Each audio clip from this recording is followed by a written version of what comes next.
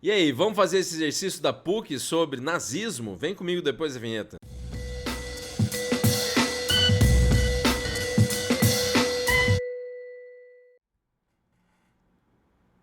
É isso aí, sua louca, seu louco. Aqui é o Prof. Elvis do História em Casa nessa ondinha do saber. Lembre que hoje a gente vai resolver exercício, mas antes de continuar, é claro, já deixa o like aí do vídeo, né? Também se inscreve no canal, ativa o sininho, segue a gente lá no Instagram e no Facebook do Prof. Elvis História em Casa, além de ouvir o nosso podcast no Spotify. Compartilhe o canal com a galera e também deixe seus comentários aí no vídeo, hein? Se liga que nesse exercício aqui da PUC, aparece para nós aqui um texto sobre justamente um livro muito interessante de um autor chamado Alcir Lenharo.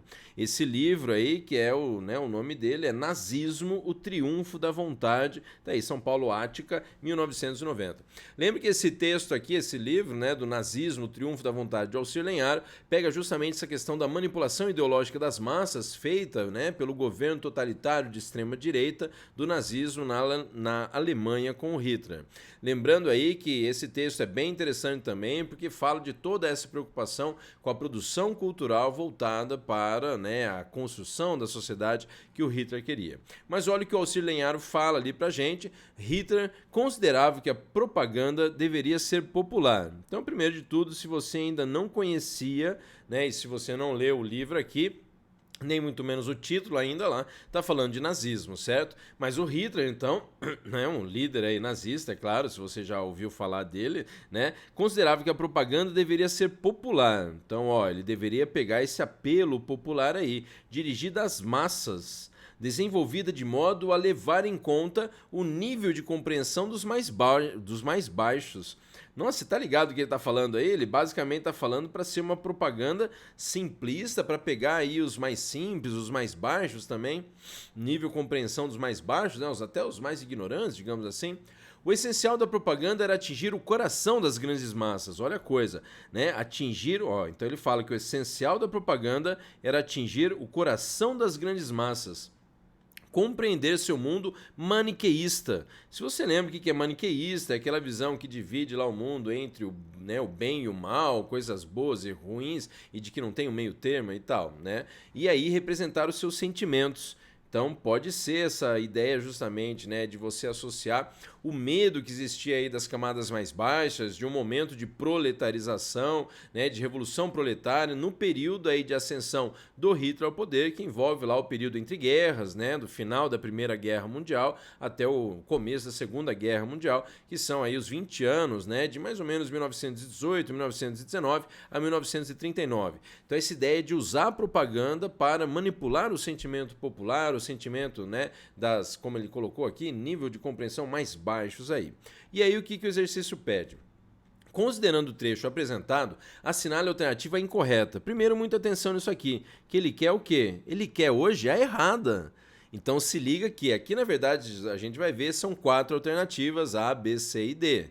Mas então a ideia é de que você tem, então, segundo a matéria que a gente estuda lá, 3 corretas e uma incorreta, que nesse caso aqui do exercício é a correta, correto? Então você lembra que a incorreta é a correta. E segundo as matérias, as corretas são incorretas segundo o exercício. Olha que coisa. Então presta atenção, porque às vezes você está meio desatento na hora do vestibular, você vai lá, essa A aqui parece certa, então, e ele está pedindo a errada. Vamos ver a letra A aqui. A liberdade de imprensa foi suprimida, foi exterminada, limitada, e a comunicação passou a ser controlada pelo Partido Nazista. Comunicação controlada pelo Partido Nazista? Interessante essa, Que incorporou a vontade do povo alemão. O Hitler pegou aquela questão, do popular, das massas e tal. Essa, já dizia o cowboy e o garoto vaca, bem interessante essa, prof? Bem interessante, mas ele quer a correta? Não, ele quer, na verdade, a incorreta. Portanto, presta atenção que essa alternativa A, então, está certa. Mas a gente assinala ela? Não, correto? Porque ele quer a incorreta. Tá entendendo? Tá falando, ai meu Deus, e agora? Presta atenção então. Então lembra que ele quer a errada e essa alternativa tá certa, então a gente não assinala. Vamos para a letra B aí. A letra B. O esporte e os grandes espetáculos públicos foram explorados pelo nazismo como forma de reafirmar a superioridade racial ariana?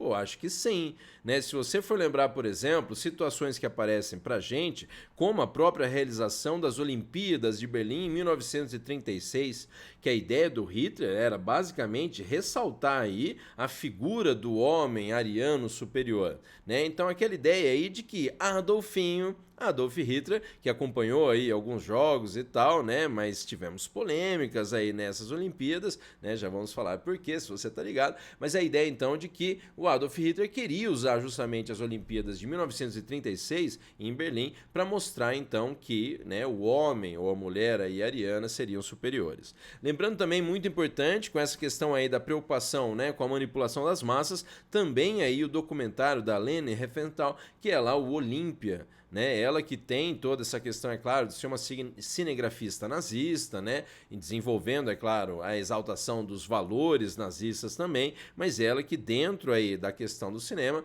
foi muito relevante no desenvolvimento de várias técnicas de closes e por aí vai, tomadas aéreas grandiosas, mas que também representavam esse caráter épico aí, né, dos nazistas que eles queriam. Além também, se você lembrar, que ela é responsável lá pela filmagem lá da convenção dos nazistas em 1933. Só que você lembra de quê? Justamente nessas Olimpíadas de 1936 em Berlim, tivemos o caso lá de um atleta negro que foi o Jesse Owens, né, dos Estados Unidos, sendo aí, né, primeiro lugar em várias modalidades, lá se eu não me engano em 3 modalidades. Por sinal, se tiver oportunidade, tem um filme que chama Race, né, é um trocadilho aí, né, melhor falar, um trocadalho do carilho, né, que envolve não só raça, né, nessa coisa aí do ariano e tal, mas a raça também do preto, descendente, afro-americano, e também de corrida, porque ele é um atleta aí que vai sair vencedor. E é um filme bem interessante, porque ele narra também aí a questão da filmagem, então, até a ideia de que a diretora lá, né, a Leni Riefenstahl, ela justamente, né, pediu para ele refazer o pulo e tal, porque ela não tinha filmado, e a história de que o Hitler se negou a entregar a medalha de ouro para um atleta preto. Olha que coisa, né? Por que será? Então tem essa história aí de que o feitiço virou contra o feiticeiro. E na verdade, né, a tentativa sim era de utilizar, né, esses grandes eventos para reforçar a superioridade racial ariana. No caso das Olimpíadas de 1936 em Berlim, não foi tão bem sucedido assim. Mas para você então, né, essa contradição também é só bom lembrar de um país já comandado pelos nazistas, né, sediando aí uma Olimpíada, sendo que as Olimpíadas na verdade tinham, né, ou têm essa pretensão aí de se exaltar a questão da paz entre os homens e mulheres e por aí vai. Mas aí, a alternativa B tá certa? Pela postura e a preocupação do Hitler, né, e da propaganda também nazista, tá certa. Mas a gente assinala? Não, porque essa então, apesar de estar certa, está errada. Mas nós temos também aí na letra C pra gente, então, o projeto cultural do nazismo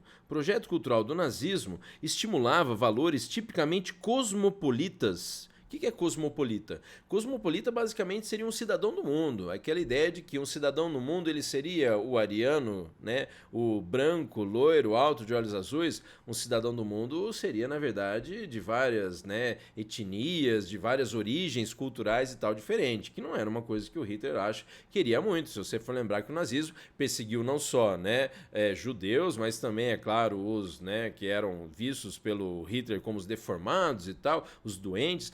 Também a questão lá, né, de analisar a perseguição aos ciganos, aos próprios pretos também, mas a homossexuais e por aí vai. Então essa ideia, né, de que não envolvia um cidadão do mundo, o que eles queriam era o cidadão loiro, alto, branco, de olhos azuis, né, representando essa superioridade racial ariana. Em detrimento das expressões, então valorizar o cidadão do mundo e tal, esse caráter multiétnico, em detrimento das expressões tradicionais locais e dos costumes rurais. Pelo contrário, né, essas ideologias aí de extrema direita envolvem geralmente um retorno àquele passado, né, não só, né, digamos, bonito, romântico e tal, mas às vezes também aquele passado né, feudal, daquela grandeza rural também e tal, por ressaltar também a visão aí, né, digamos, do próprio aí camponês alemão, né, em algumas peças aí publicitárias do nazismo, do partido nazista, tem essa coisa, não dá para ver muito bem que eles são, né, camponeses, mas tem essa ideia de que eles são trabalhadores, a família de bem aí que pode aparecer para você. Então essa ideia assim de falar que esses valores rurais da família tradicional alemã são, olha que coisa, né? Eles são aí, né, combatidos, são, né, diminuídos em alusão aí ao ser cidadão do mundo. Pô, aqui o cowboy, o garoto vaca, ele falaria: essa aqui parece errada. Se ela parece errada, ela na verdade é correta. Então, vamos deixar aqui porque o cowboy, o garoto vaca, falaria: muito interessante. Mas vamos analisar a letra D, então, que é a última alternativa, que são só 4 alternativas, não são 5 alternativas, por favor. A letra D. O nazismo recorreu à construção de grandes obras arquitetônicas, né? Construção de grandes obras arquitetônicas? Sim, né? Recorreu. Como forma de promover a coesão das massas e a consciência nacional? Sim, promoveu, sim. Né? Isso aí, na verdade, é a ideia de que até se você tiver a oportunidade, além de, né, ler o livro, então, Nazismo, Triunfo da Vontade, do Alcir Lenharo, procurar também esse documentário aqui, que é muito interessante, que chama Arquitetura da Destruição. Tá aí um filme de Peter Cohen, narração de Bruno Ganz, que envolve, então, essa ideia de que o Hitler, né, e os seus propagandistas, olha que coisa, a arquitetura da destruição, você pensar, então, em como você vai construir aquele prédio, né, mas de forma também de que há, sei lá, centenas, milhares de anos, esses prédios, se não estiverem de pé ainda, que suas ruínas também, né, transmitissem a grandeza da raça aí germânica, alemã, ariana e tal, que o Hitler pretendia. Então essa ideia também se pautando no quê? Nessa, né, cultura aí que ele considerava relevante, como a greco-romana, então pensando justamente, né, nas ruínas greco-romanas clássicas que transmitem a grandeza dessas civilizações, ele queria também que o nazismo promovesse isso na arquitetura, na construção de obras públicas, por exemplo. Então essa alternativa D aí, o nazismo recorreu à construção de grandes obras arquitetônicas como forma de promover a coesão das massas e a consciência nacional? Sim, promoveu. Então tá certo. E a gente assinala? Não, porque ele quer incorreta, você lembra, portanto essa tá correta, mas a gente não assinala porque ele quer a errada. E você lembra que a errada é a letra C, falando que o projeto cultural do nazismo estimulava valores tipicamente cosmopolitas do mundo todo. Acho que não, né? Era mais ali local e tal, ó, em detrimento, em diminuição das expressões tradicionais locais e dos costumes rurais. Pelo contrário, ele exaltava a figura lá, né, do camponês, do trabalhador, que construía então a sociedade, né, alemã e que era muito importante também o seu trabalho dentro aí da construção dessa nação. Por isso a alternativa correta, que na verdade é a incorreta, é a letra C, então para nós, de correta. Correto? É isso aí, espero que você tenha gostado dessa resolução de exercício também. Se você ainda não deu um like no vídeo, dá o like no vídeo já, se inscreva no canal, ativa o sininho e segue a gente também no Instagram e no Facebook do Prof. Elvis História em Casa, além de ouvir o nosso podcast no Spotify. Compartilhe o canal com a galera e também aí deixe seu comentário ao final do vídeo. Valeu, galera, até a próxima resolução de exercícios com o Prof. Elvis História em Casa. Até mais.